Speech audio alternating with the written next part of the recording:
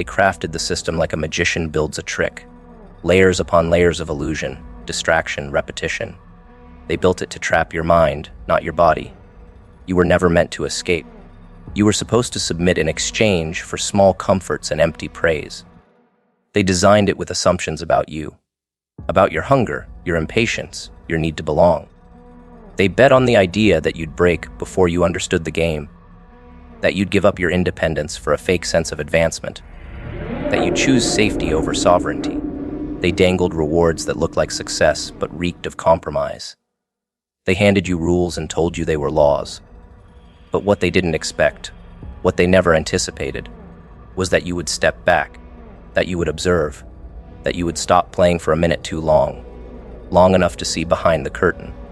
And in that silence, you found it. The rule they buried, the one that made you dangerous.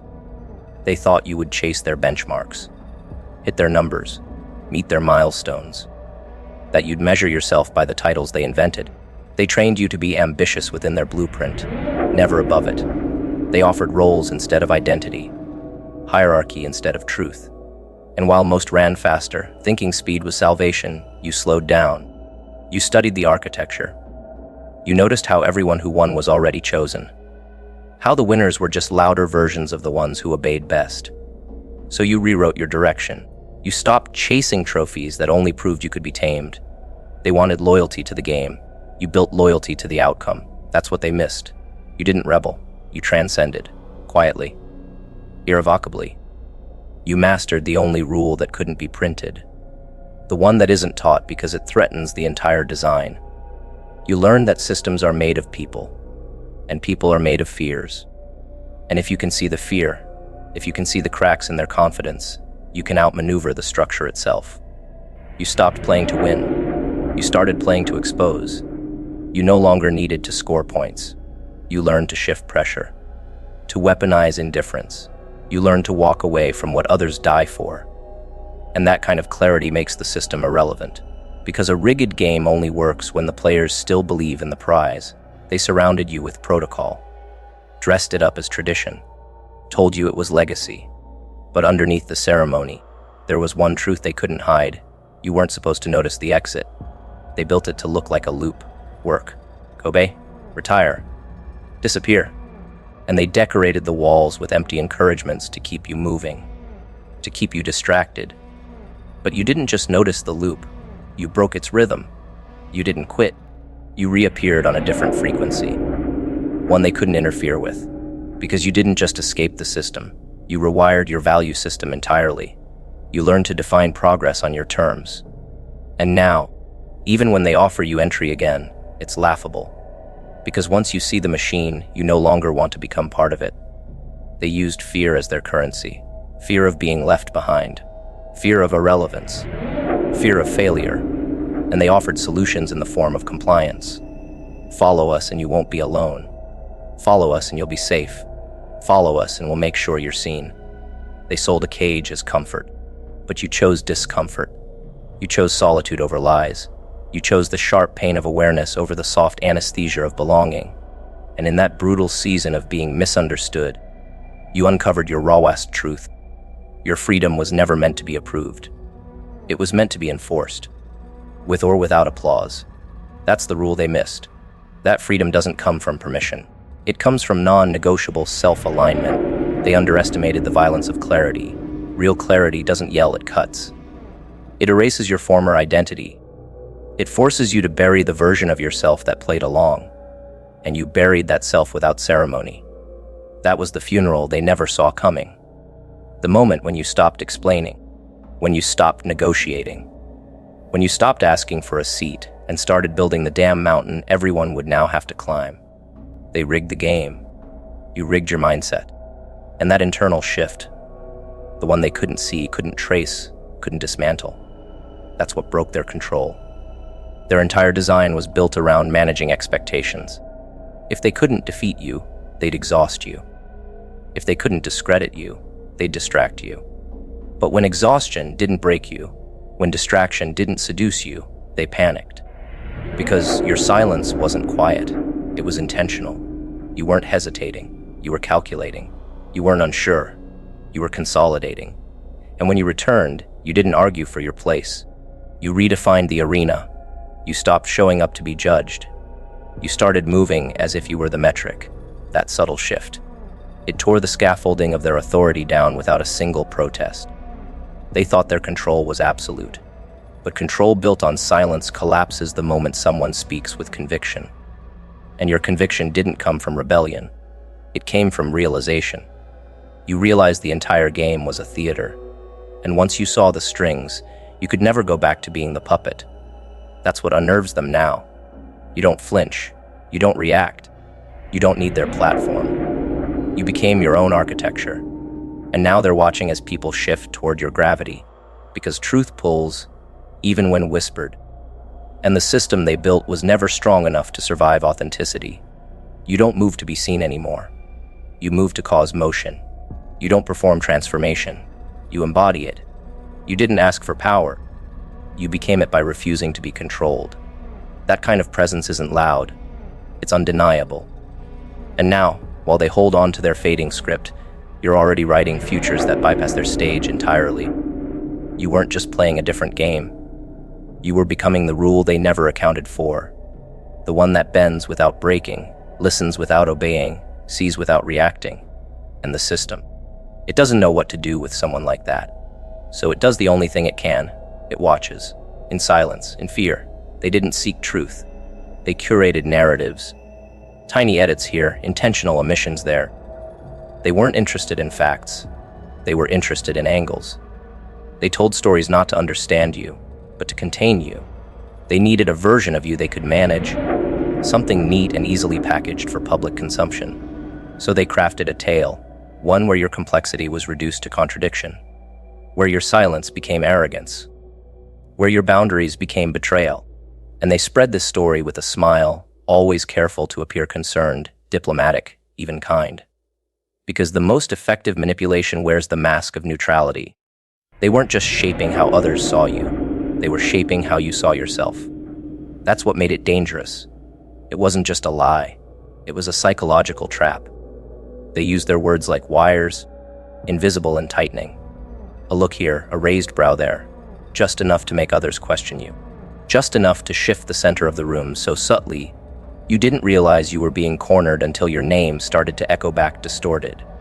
They never accused. They implied. They never confronted. They suggested. That's how control works in polite society. It isn't brute force, it's narrative architecture. And once the story spreads, it self-perpetuates. People don't ask for proof. They ask for distance. They don't investigate. They inherit bias like property. And while they kept the stage bright, they used the shadows to sculpt you into the villain they needed. Because if you're the problem, they remain the structure. They weaponize concern. I'm just worried about them, they'd say. I heard they've changed. And change, in the mouth of the manipulator, becomes the accusation. Progress becomes instability. Evolving becomes abandoning. And the people around you, those who once clapped for your growth, begin to whisper about your shift. They don't notice that the narrative has replaced nuance. They don't realize they've become messengers for someone else's agenda. And you become a ghost in your own reputation. Misquoted, misunderstood, reframed in a context you never consented to, all while they smile from across the room, pretending to wish you well. They controlled the perception because they feared your evolution. They saw it before most did. That quiet sharpening, that deeper focus, that calm refusal to keep playing small. And they panicked, not because you threatened them directly, but because you made their projection obsolete. The version of you they used to feel superior around was disappearing. And they couldn't have that. They couldn't afford to let others see you clearly without the fog of their distortion. So they got ahead of it. They told the story before you could walk into the room and tell your truth. Because in environments built on image, whoever speaks first often gets to be believed. They didn't need facts. They needed feelings. And feelings are easier to manipulate. So they spun the story until it felt real.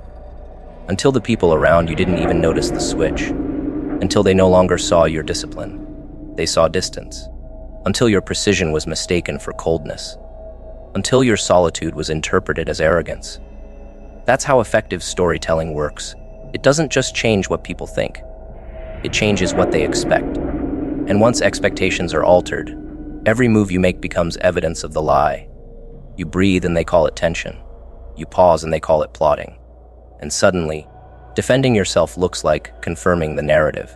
That's the trap. And they built it meticulously. But you learned. Slowly, then all at once.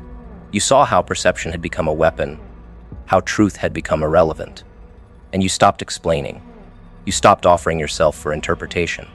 Because stories can be told, but patterns cannot be faked. So you leaned into consistency. You let time do what argument never could. You didn't chase their version of you. You became so stable, so intentional, so grounded in your becoming, that their lies grew stale. Their stories stopped sticking, because eventually even the most curated narrative collapses under the weight of who you keep becoming. They tried to make you look unstable, but real instability is always loud, always fluctuating. Your presence, in contrast, became quieter, but heavier. You no longer argued your case, you embodied it. And while they scrambled to maintain their storyline, people started noticing the discrepancy. The disconnect between the character they described and the reality standing in front of them. That's when their story began to fracture. Because even the best fiction starts to unravel when the protagonist refuses to follow the script. Their tactic only worked on those who needed something to believe. The uncertain, the insecure, the ones who were one rumor away from turning on anyone. But your path wasn't built for them. It was built for the ones who wait, the ones who watch, the ones who understand that sometimes the loudest voices are covering the weakest truths. And those people, they saw through the noise. They saw that you never struck back, that you never played their game, that your silence wasn't surrender, it was strategy. Because while they invested in perception, you invested in foundation. You didn't just survive the story, they became trapped inside it, unable to grow beyond the version of you they tried to create. And you evolved right past the narrative, untouched, unreachable, unbothered. Because at the end of the day, a lie told often enough becomes exhausting to maintain. And you had the stamina they lacked. They needed to keep speaking to stay relevant. You only needed to keep becoming. And in that becoming, the truth grew louder than their fables ever could. They thought confusion was your prison, that you would stay tangled in your overthinking, your empathy, your tendency to explain. They mistook your processing for paralysis, your self-awareness for self-doubt, and so they kept pushing, kept lying, distorting, layering noise over your instinct, convinced you would keep second, guessing what you already knew. Because they knew the power of your clarity before you did. They knew that the moment you saw things as they were, not how you wanted them to be, not how they insisted you should see them, that moment would not be quiet. It would be surgical, because clarity cuts. It doesn't debate. It doesn't bargain. It slices through illusion, through excuses, through the tender lies you told yourself to keep the peace. They underestimated that. They thought truth would make you weep.